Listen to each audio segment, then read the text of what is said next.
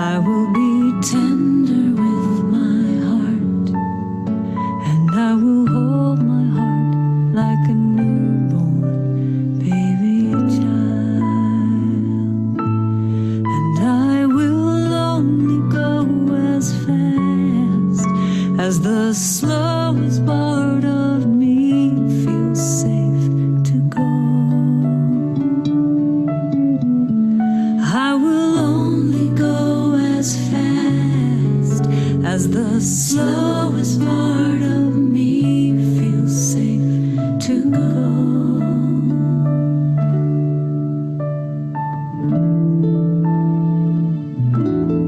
I will be easy on myself.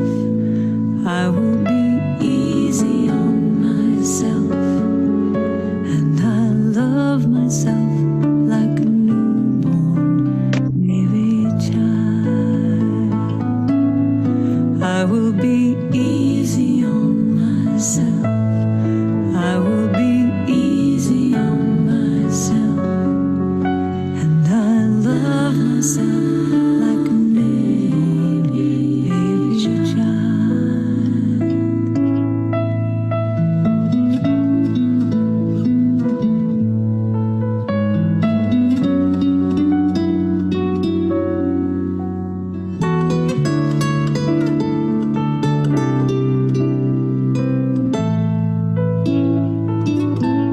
And I will only go as fast as the slowest part of me feels safe to go.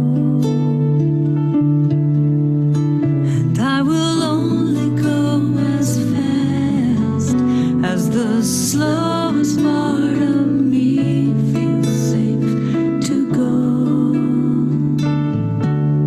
Now I know I am gentle with myself. I am gentle with myself. And I hold myself like a newborn baby child. I am gentle with myself. I am gentle with myself. And I hold myself like a newborn baby child. And I rock myself like a new baby child. And I hold myself like a new baby child. And I love myself like a newborn baby child.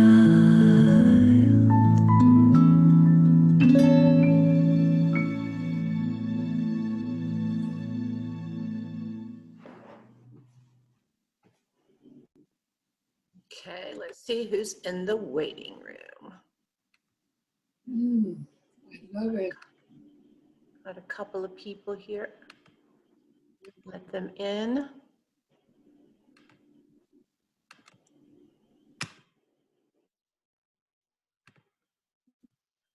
Okay.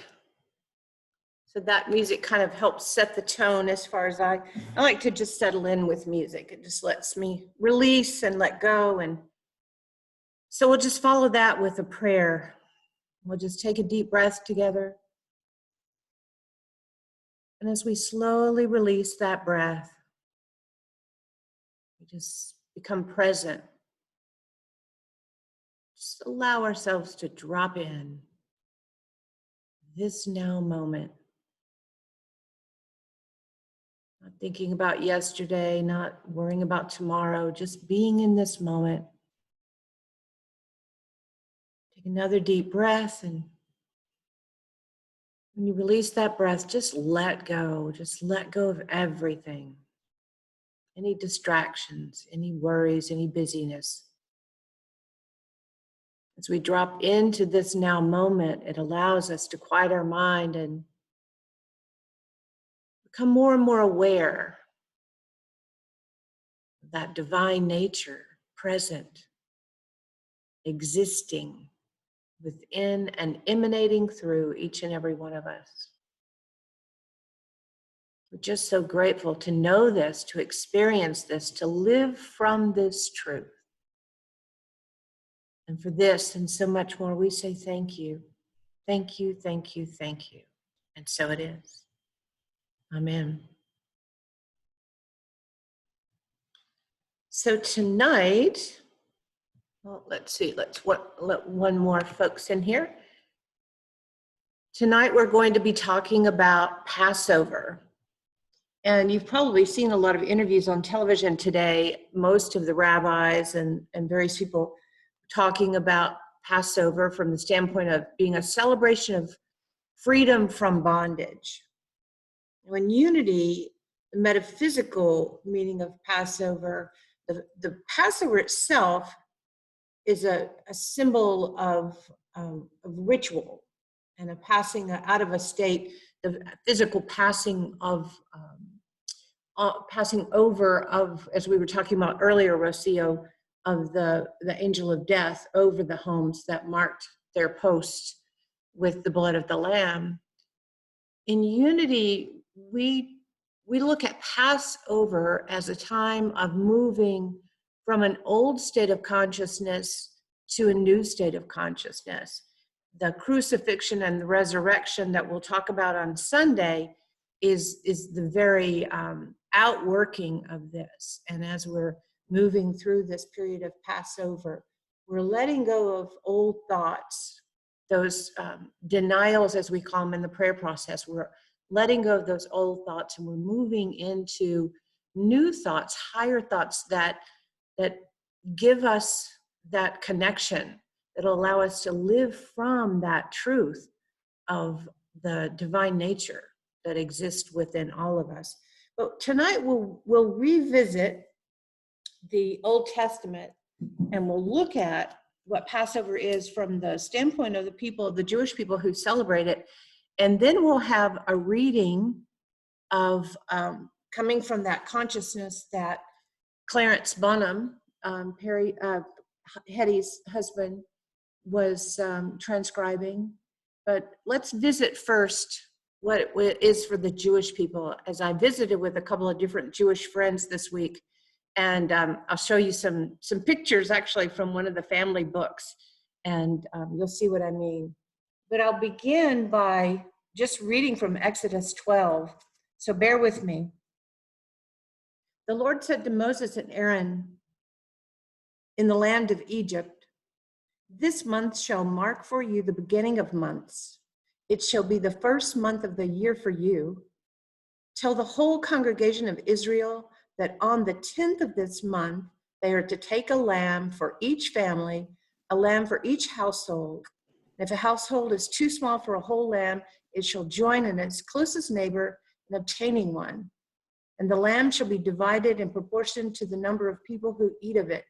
Your lamb shall be without blemish, a year-old male. You may take it from the sheep or from the goats. You shall keep it until the 14th of this month. Then the whole assembled congregation of Israel shall slaughter at twilight. They shall take some of the blood and put it on the two doorposts and the lintel of the doors. I don't know what that is, sorry. Of the houses. That's the post, yeah, in which they eat, in the houses in which they eat. Thou shalt eat the lamb that same night, and they shall roast it over the fire with unleavened bread and bitter herbs. Do not eat any of it raw or boiled in water, but roast it over a fire with its heads and legs and inner organs. You shall let none of it remain until the morning. Anything that remains in the morning you shall burn. This is how you shall eat it: your loins girded, your sandals on your feet, and your staff in your hand, and you shall eat it hurriedly.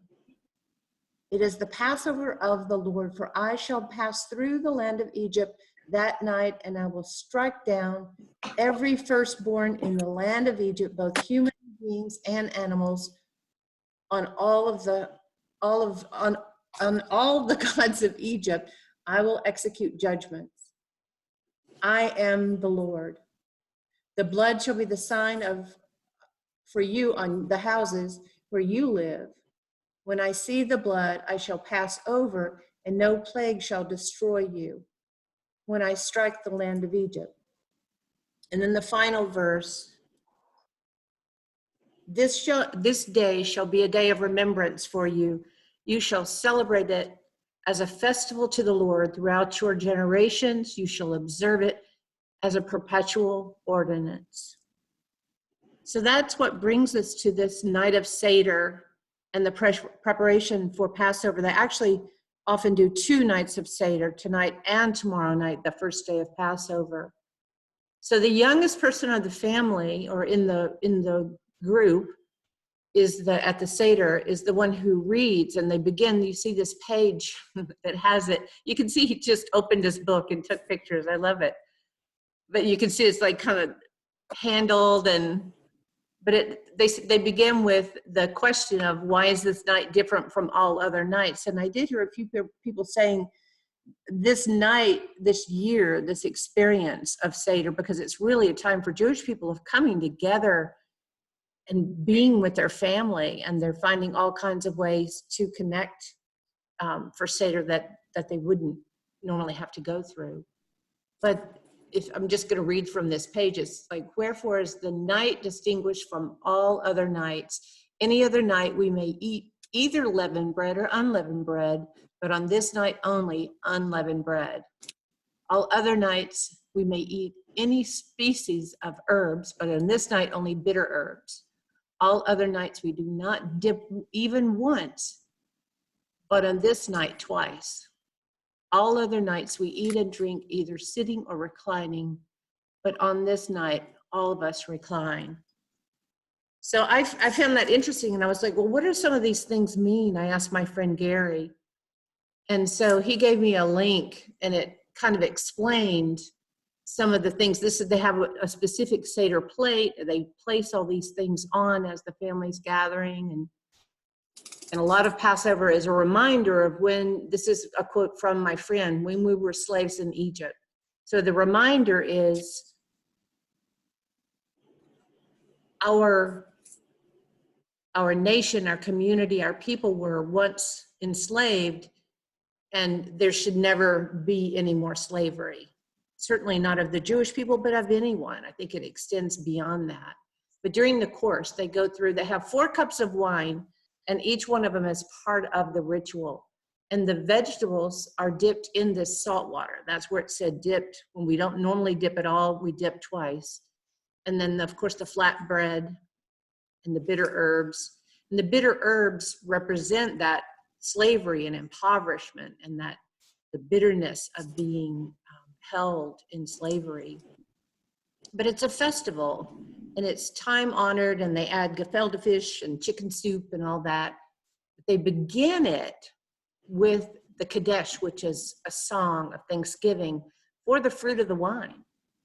And then they have their first cup of wine. But when they're drinking it, they're eating matzo balls, and they lean to the left where it says, reclining when you eat, which I thought, what does that mean? Because only the wealthy, only the privileged back in this day reclined when they ate. That was a very privileged thing to do, to be able to lie back and eat. Of course, you had slaves and you had servants, and particularly on the left, to accentuate the fact that they're free, and only free people could do that. But this is just another page from that book, which I just think I love old things like this, growing up in a big family. And this is the cover of it. And I thought this was amazing. Maxwell House put this out. Some of you might remember back in the day when the coffee makers and all that were always giving away gifts like this, books for special occasions that you usually got, for buying enough cans of whatever. But I love that this is the book that he has for this special occasion. It's brought to you by Maxwell House. But anyway, each item has its place in the 15-step choreographed combination of taste and sounds and sensations and smells, and they're singing and they're chanting and they're reading and they're having this full experience to recreate on a sensory level what it is to have this move through this experience of bondage and escape from that. And the procedures all laid out in this book called the Haggadah. And all the texts are either in Aramaic or in Hebrew, but they do say that you could read it in English if you didn't study Hebrew. But probably if you weren't studying any Hebrew, you might not be in a highly observant family, I don't know. But the bitter foods, as I mentioned before, represent affliction and poverty and the exodus. And it really becomes real as they're singing and they're going through all these experiences. And it's a reliving of it so they can remember what happened to their people, but not from the standpoint of being bitter like the herb, but from the standpoint of this never happening again, from understanding the roots of their community. So, but eating lamb is no longer a part of the celebration, Beverly? Yeah, it is having lamb. Yes, lamb is part of it. I think it's on this list. The roasted shank bone on this slide, you see right here? Yes. No, I can't see what, have you got, No. you need to hold You it up can't near see your the face for me. presentation? You No. can't see the slides? I see the Me panel. neither. Oh, I no can't one else? see. Well, No. I'm sorry, I was sharing slides. Let me see. Well, it's sharing it. I don't know what's happening. Sorry about that. It still just says Passover in the panel. Oh, okay. Well, I've moved several slides down. Sorry about that. I don't know why it's not moving. It is No moving problem. on my screen. It's moving. I just went to the other. Let me see if I can start it over again. And There, Jeff, removing your restrictions. okay. Can you By see Clarence. now? Okay. I lost it again. You lost I it took again? it away. Ah, It's- there we go. There.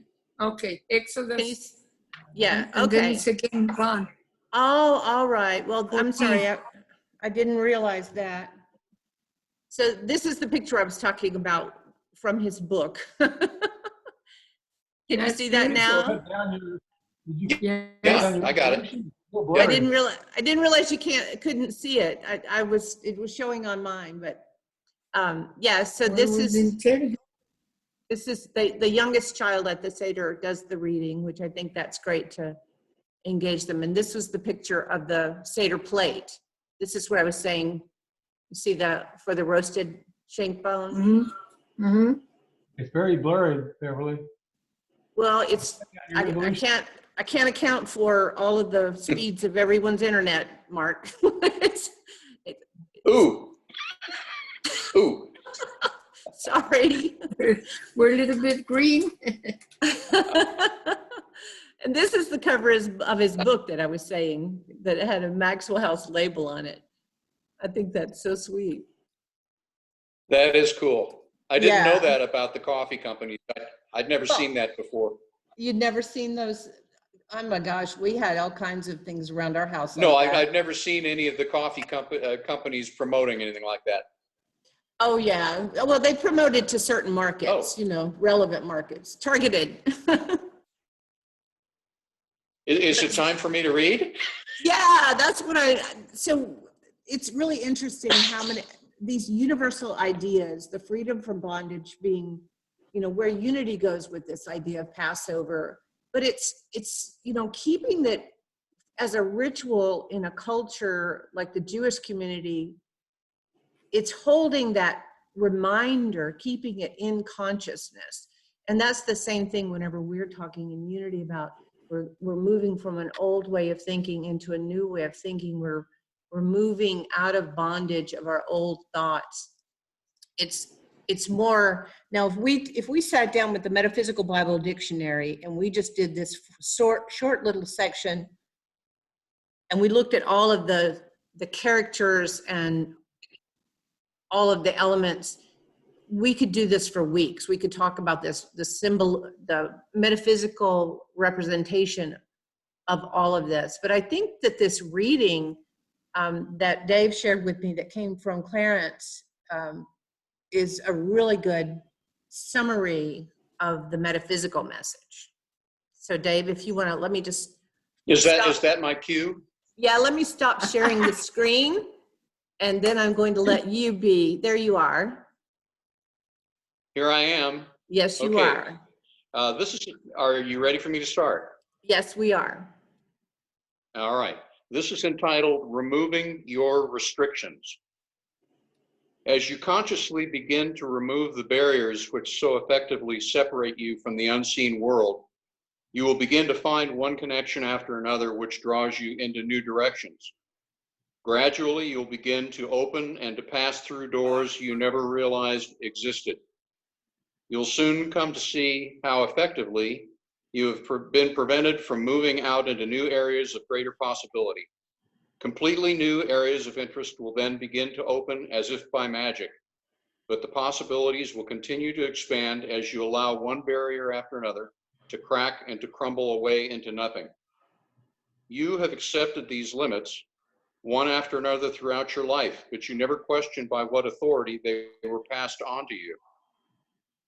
All too often, they have been erected as a means of controlling society that it not sink into chaos. But man's authorities themselves have still managed to do that very thing. You've been granted the ability to judge what is appropriate for yourself and what is not. In truth, only you can know for sure. We have repeated ever again that you are being guided and watched over. Your inner voice will keep you on course. Be not afraid to expand your horizon and to consciously accept your role as a co-creator of your world. You will begin to fulfill your purpose and your life will become ever richer. All is one. Go forth in God's great peace and love. Thank you, Dave. And thank You're you, welcome. Hetty, for sharing that with Dave so that he could Is she find there? us. Yeah, she's there. No, is she? I hear you. Yeah. I don't see her though. Yeah, I see Rocio. No, she's here. Okay. Hetty, do you have anything to add? Can you take yourself off of mute? Okay. There you go. Hi. Oh, yeah. Hi, I'm Hetty. here. Hello. I love that writing, Teddy. What an inspiration. What a way to put it. Hetty, do you recall reading that? Hi, Lisa. Hi. It's my friend Lisa from Dallas. Hetty, do you recall Clarence? Do you recall reading that writing from Clarence? Yes, I do. I think I have read lots of several times. Yeah. I think it speaks to all of us, but it certainly, I feel that it speaks to me personally. Is this a time for sharing? Can I share Yes. something?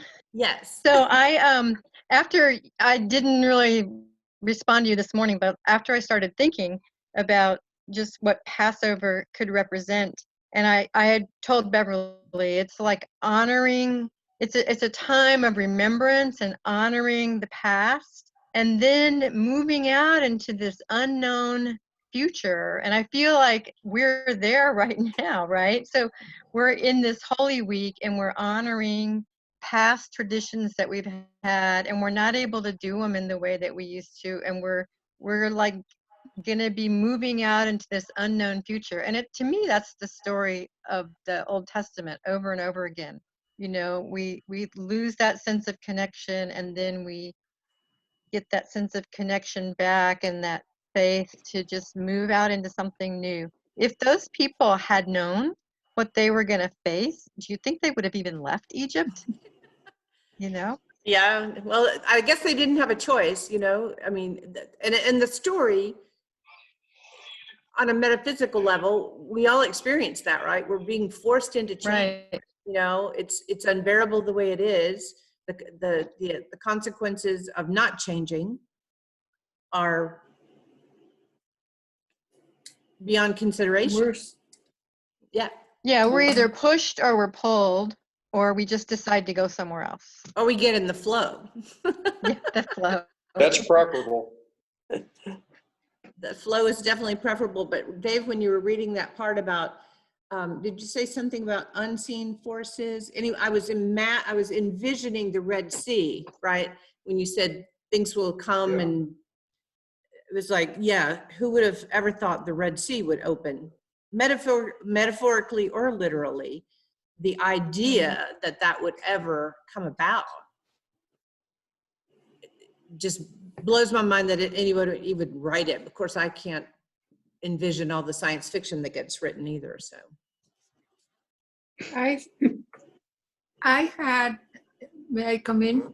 Yes. I had read or somehow knew that the faith, the trust in God of those people that was so great that it was possible because they were all one in that trusting of the God of Yahweh.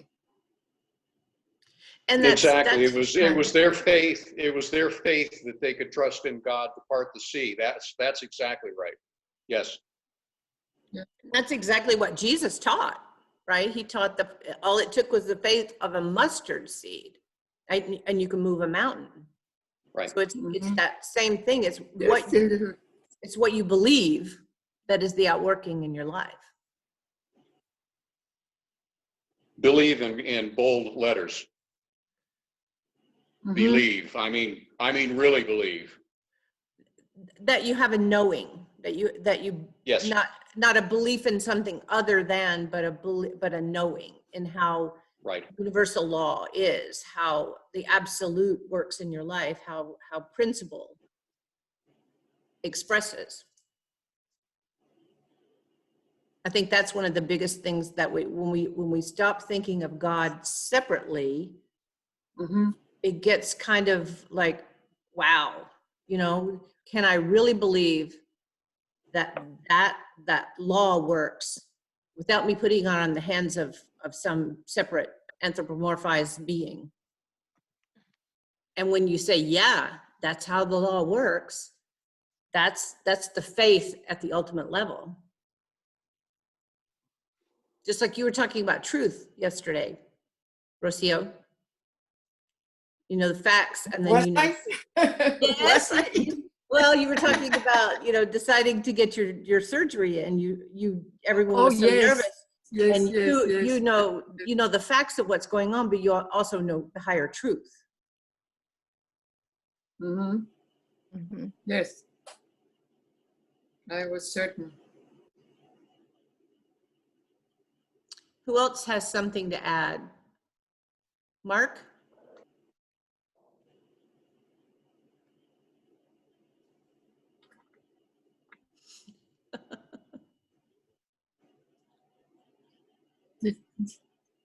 Yeah, no. Dave, Mandy, Scott, I see some other people on here. Thanks for joining us tonight. Lisa is a chaplain. So I've been trying to get Lisa to get engaged with us for so long because she's a wonderful chaplain and she's an LUT.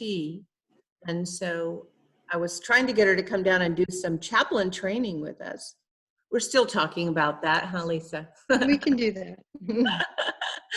And also, you know, just to see where she wants to come in and be involved with our different nights that we're doing online, because it's a lot easier to be able to be a part of coming online and joining us when she doesn't have to drive 5 hours and spend the weekend or something.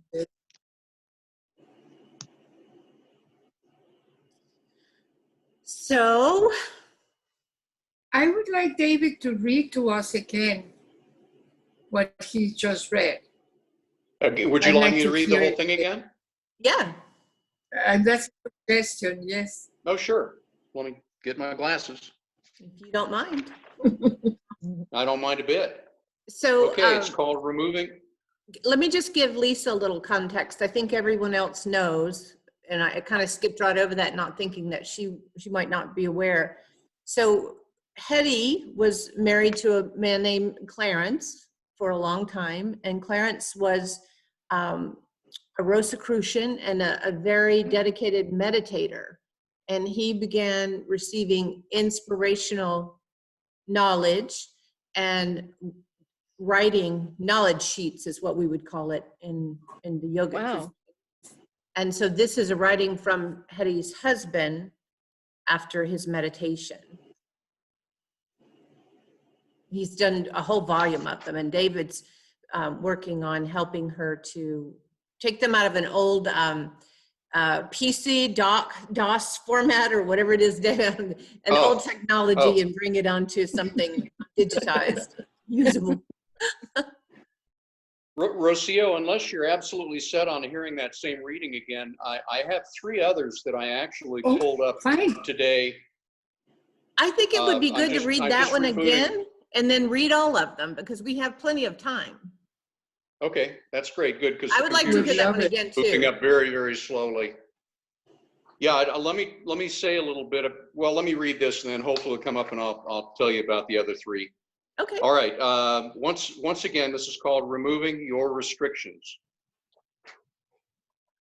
As you consciously begin to remove the barriers which so effectively separate you from the unseen world, you will begin to find one connection after another which draws you into new directions. Gradually, you'll begin to open and to pass through doors you never realized existed. You will soon come to see how effectively you have been prevented from moving out into new areas of greater possibility. Completely new areas of interest will then begin to open as if by magic, but the possibilities will continue to expand as you allow one barrier after another to crack and to crumble away into nothing. You have accepted these limits one after another throughout your life, but you never questioned by what authority they were passed on to you. All too often, they've been erected as a means of controlling society that it not sink into chaos. But man's authority themselves has still managed to do that very thing. You've been granted the ability to judge what is appropriate for yourself and what is not. In truth, only you can be sure. Only you can know for sure. We've repeated ever again that you are being guided and watched over. Your inner voice will keep you on course. Be not afraid to expand your horizon and to consciously accept your role as a co-creator of your world. You will begin to fulfill your purpose and your life will become ever richer. All is one. Go forth in God's great peace and love. Thank you, Dave. You're welcome. Well, if you're waiting for me in my computer, I am too. So we can talk a little bit while I'm trying to get it to behave. To pull up So some other ones. I love that. I just love that part about barrier. As you release barriers, you go through doors you never even knew existed. It Right. makes me think of that song that Michael Gott sings, "Amazing, you'll do amazing things. You don't need to know right now. You don't need to know who you're going to see or where you're going to go. It's just out there." And that reading reminded me of that. It's a beautiful reading, and all of his stuff is beautiful and inspiring and thought-provoking. Mm-hmm. I'm still waiting for the computer, guys. Maybe I should never have suggested it. Maybe I should have printed them, huh? That's okay. Tell us something interesting, Beverly. Something interesting. I have a poem if you want to. Yeah, sure. It's when to stay wisdom. Anything is wisdom. Come on. Well, this is a poem by William Stafford, who was a poet laureate of Kansas. It's a short one. He says, "There is a thread you follow. It goes among many things that change. People wonder what you are pursuing. You have to explain about the thread, but it is hard for the others to see. While you hold it, you can't get lost. Tragedies happen, people get hurt or die, or you suffer and get old. Nothing you can do can stop time's unfolding. You don't ever let go of the thread. I love that. And what a beautiful Beautiful. compliment to what Clarence wrote. You know, it's from that same consciousness. Yes, yes. Very nice.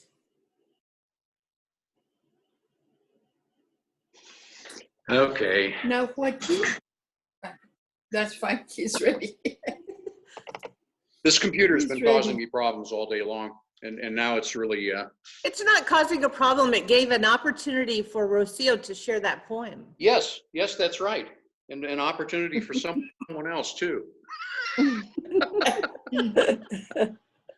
This- No, we're just getting together. This is, you know, it's not formal. We can just let it be.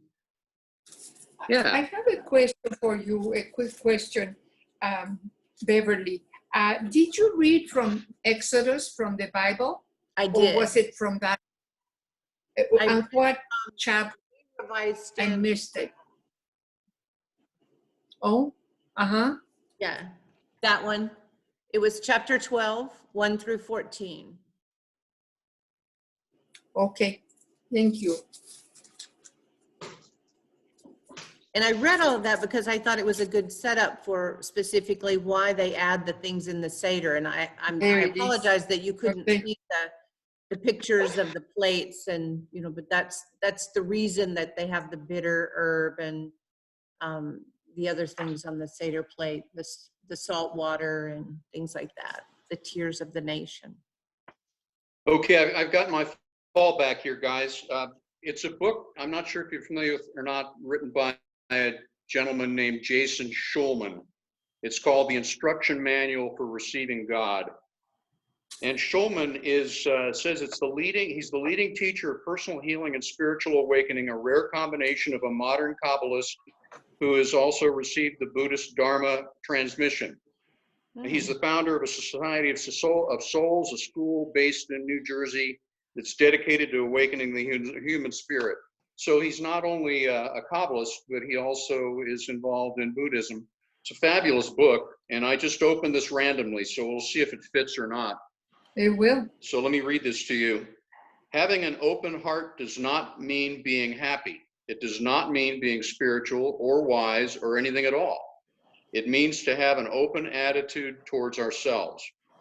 It is easy to confuse spiritual openness with the personal sensation of the emotion of love in and around the heart. We're not looking for something so petty.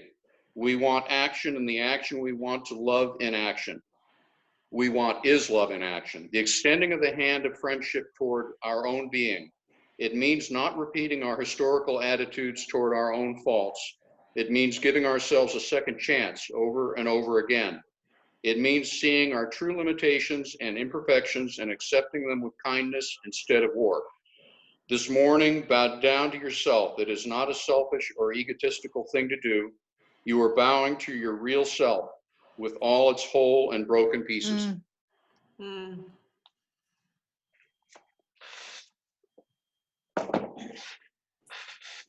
Did everybody leave?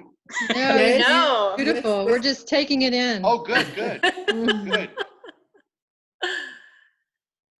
It, Okay, and the computer is up and we still have some time left. Okay, Well, I so let me think tell you the that story here. When I just was going to say What? that just speaks to authenticity. You know, it just, Yes, that's what it said to me. It's like being a spiritual person does not mean that you know, have a certain affectation or that you behave a certain way. right, That, you know, it's that beginning with that self. There is no such thing as self-love, but that love that you understand that is you expressing, you know, the divine expressing as you. And however that expresses, accepting that in its authentic form. Right. And sometimes Right. it's happy and sometimes it's not. Yeah. Yeah, it's a wonderful little book. Again, it's called The Instruction Manual for Receiving God. I don't know if you could see this or not. Can you see that? Yeah, I can. Yes. Mhm. Okay. Okay, so I do have the documents open now, and there's a little story that goes along with this. When Beverly and I were exchanging texts this morning, I wasn't really clear on whether what I just read for you was something that she was going to be using in the future or whether it was for tonight. So I went ahead and since she asked me specifically to read tonight, and I was working on Clarence's writing, I decided that it would make sense to go with whatever that writing was, because. So I saved it, and then because of the fact that it was very short, I went ahead and saved the next two too, so that we're dealing with the mystical number 3 here. So and it works beautifully. Not only the first one that I decided, but the way this third one goes to 3 and then to 2 and to 1, it all fits, as you'll see. So this is called, if that made any sense, this is called soul growth. Just as you know that you can expect the dawn and dusk of each day and the passing of each season, you must also come to know that there are definite seasons in the cycles of life. They do, however, bear more significance than you might think. They reflect not only definite periods of development of the physical body, but also apply to soul development as well. These spiritual aspects are not so firmly established in time as are those of physical life, but they're far more complex and are influenced by many factors. When seen from a more extended point of view, they fall more clearly into patterns or cycles. It's very easy to misinterpret them by simply viewing them as moral development, thus either positive or negative, but this is far from an accurate picture. What you think of as spiritual growth is not limited to a single lifetime experience, but has its origin within the Creator itself. Its course is infinite and thorough, and this part is the most important part. As we have been suggesting to you, it is a process whereby the Creator is able to experience its own dreams of creation through each of us. Let me read that again, because that is a pivotal mystical truth. As we have been suggesting to you, it is a process whereby the Creator is able to experience its own dreams of creation through each of us. We are then actual extensions of God, so formed that in our totality, we share every aspect of its creation, which proceeds from the infinitely small to its ultimate extension, infinity itself. What usually appears to be chaos, however, follows definite laws and everything progresses in an orderly manner. This can only be observed from a remote and highly magnified point of view, from a different perspective above. Yeah. The more condensed each segment becomes, the less apparent it seems to be. That which you view as soul growth when seen as a lifetime experience, then highly distorted, for it is truly far more vast. That's the end of that one. The next one is called solving problems, and boy, does this one fit. Okay, solving problems. When you approach a problem in your life and are seeking a solution, you are by no means dealing only with the knowledge you have learned since you were a child, but you're also drawing upon the accumulated knowledge and wisdom you have gained since your birth as a soul. This learning is vast and is always sufficient to carry you through life. We have also told you that in the course of life, you will be required to come to terms with a situation which finds no solution in the world as you see it. You are being required to step outside the bounds you have also known and to move on into unfamiliar territory. When this occurs, you are, in effect, moving on to a higher level of consciousness and leaving behind a world which no longer fulfills your needs. how much more comforting it is to see it as such and to accept it as a sign of growth rather than to bemoan yet another problem. Such situations are truly milestones along the way and should have great meaning to you. When seen from this point of view, solutions of a positive nature are far more easily found than when are met with negative attitude. The same approach is applicable to both your personal growth as well as to your progress as a people.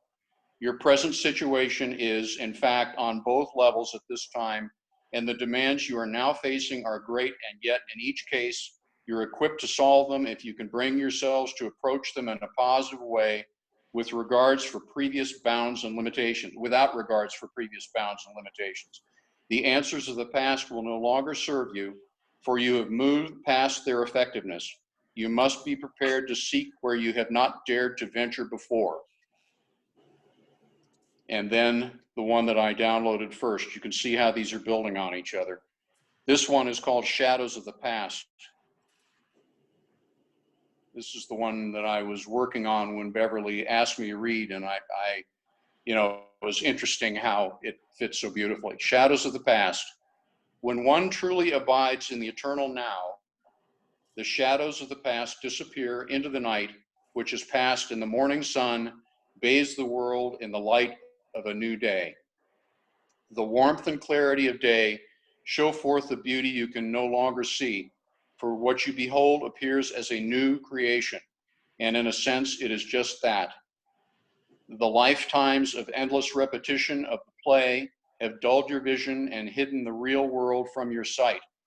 This new day is now dawning very quickly, and the drama of the past is quickly giving way to the reality of peace and love. As we continue to repeat to you, you must allow them to become yours. Walk gladly into the new and let your heart rejoice in your victory. It began with the true desire to know your source, the first step of this journey through time and space. You have indeed been greatly blessed to be here at this time. Yeah, I That's love it. that there's always an element of transformation in what he's writing. There's that Yes, topic, he puts it in, encapsulates it in a topic, but it's always consciousness and it's always moving in the direction of transformation. always. Yes. Well, that's it for me. Okay. Anybody else Wonderful. feel inspired to share something?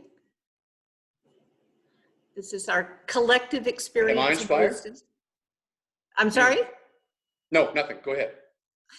Are you feeling inspired? I'm not feeling inspired. Something moving through you, Dave. It's always moving through me, Beverly. Yes. I try to encourage it too. Well, in these days and times, I don't know about the rest of you, but I think maybe my friend Lisa might be feeling some things, but I know for me, I've been feeling great energy, intensity, and movement and shifting. And I'm just trying to allow it. I'm just trying to make sure that I'm not resisting it, that I'm present with it, that I'm just making myself as pliable and malleable as possible, because I think there's definitely some shifting happening. So it's always Absolutely. moving through us, but sometimes it's a raging level 5 rapid. Yeah, absolutely. That's it. I could read you another writing from Jason Schulman if you want. If you'd like, does Would you anybody like me else to do have? another reading from the instructions manual of receiving God? We've still got 7 minutes. Or were We you going to? do. Unless we want to, Yeah, like, I'm trying. I mean, if we want to have a meditation, or Well, let's do that. someone else has something else to add.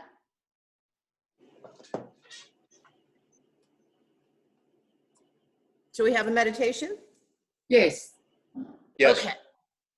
All right. Well, find yourself in a comfortable place, sitting erect. Feet on the floor with your hands uncrossed, your legs uncrossed.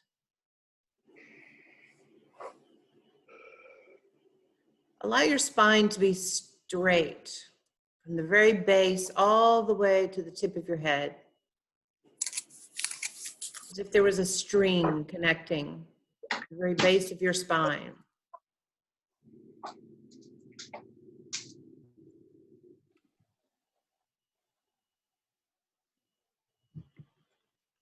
Notice how your chair is fully supporting your body. Just give your body weight to the chair. Allow it to sink in, giving you all the support that you need in this moment.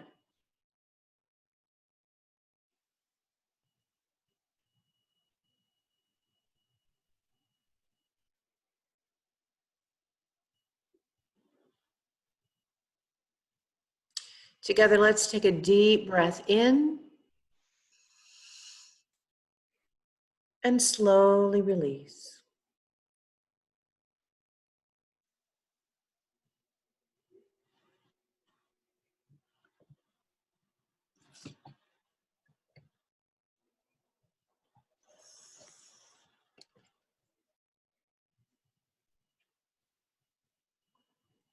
Another deep breath in together. Little pause at the top and slowly release.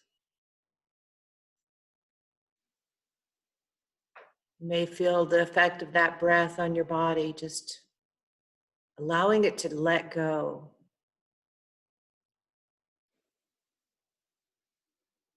Fully dropping into this moment, this now moment,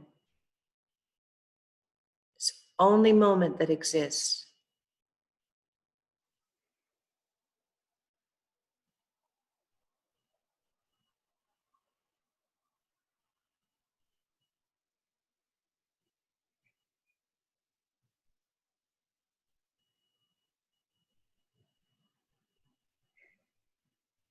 Bring your attention to the rising and falling of the breath.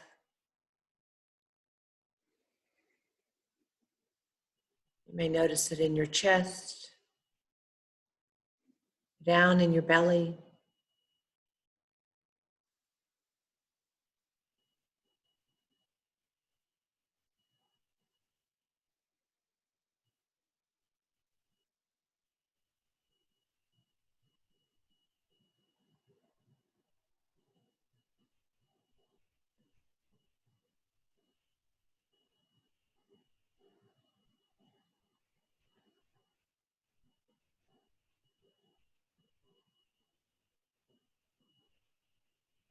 Notice as that breath begins to move the energy center, all of the energy in your body at one time. Your breath is breathing you.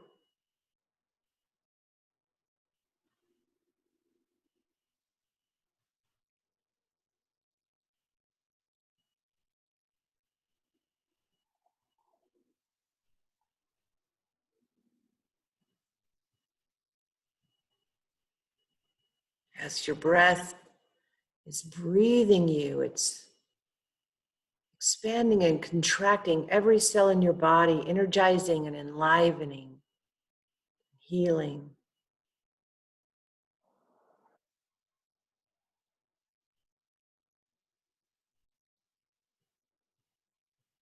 The energy in those cells begin to expand out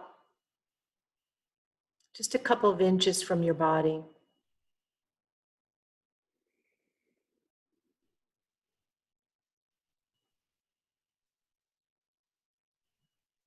And 1 foot and 2 feet.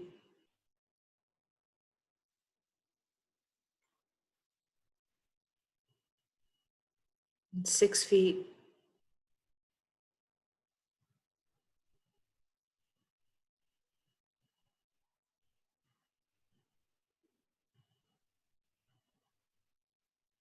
Filling the room you're in, the building.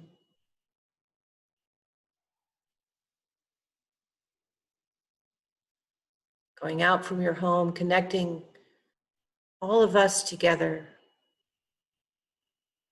moving across the state of Texas and our US of A,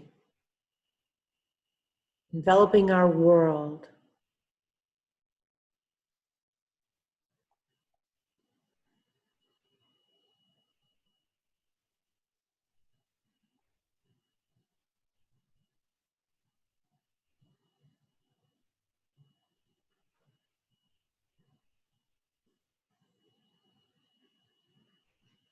The energy that exists in each and every one of us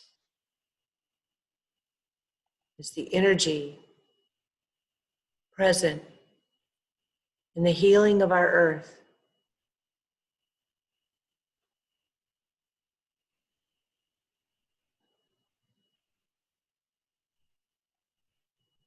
Together we rest in this moment of healing.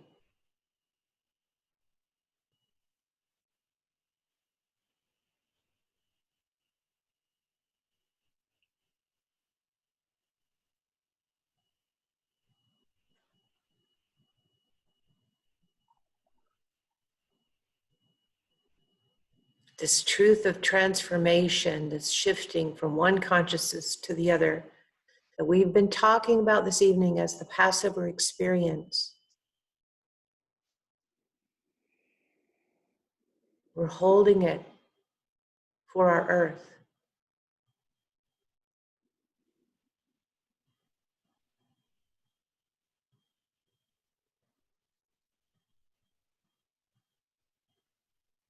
Transformation.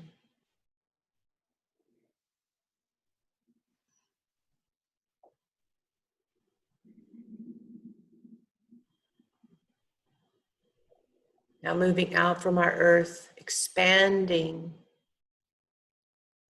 becoming more and more aware in consciousness of the infinite nature, farther and farther and farther.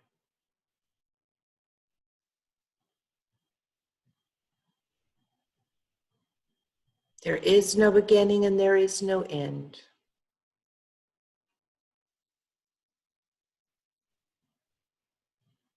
The center view is everywhere and the circumference cannot be found.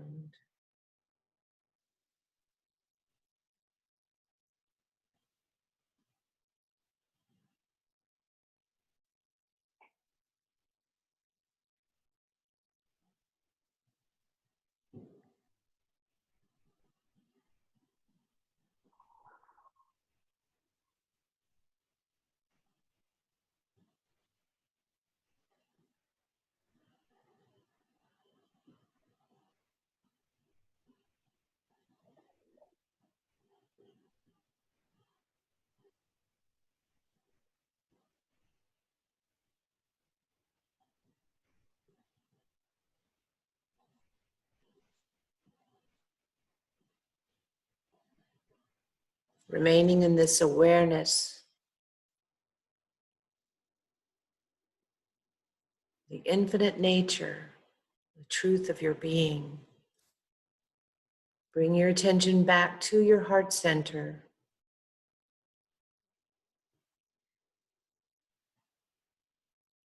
And take a deep breath in and release. You may want to take a finger and just touch your heart center, just grounding yourself back in your body while remaining in that infinite state.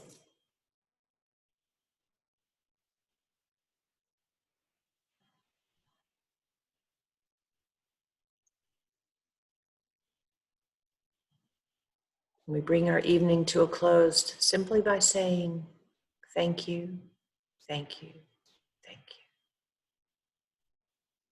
you. Namaste.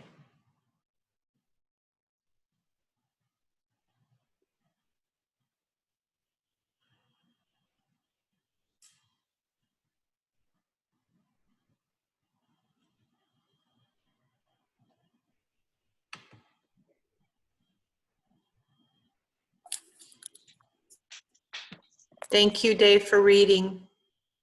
You're welcome. Thank you, Hetty, for sharing.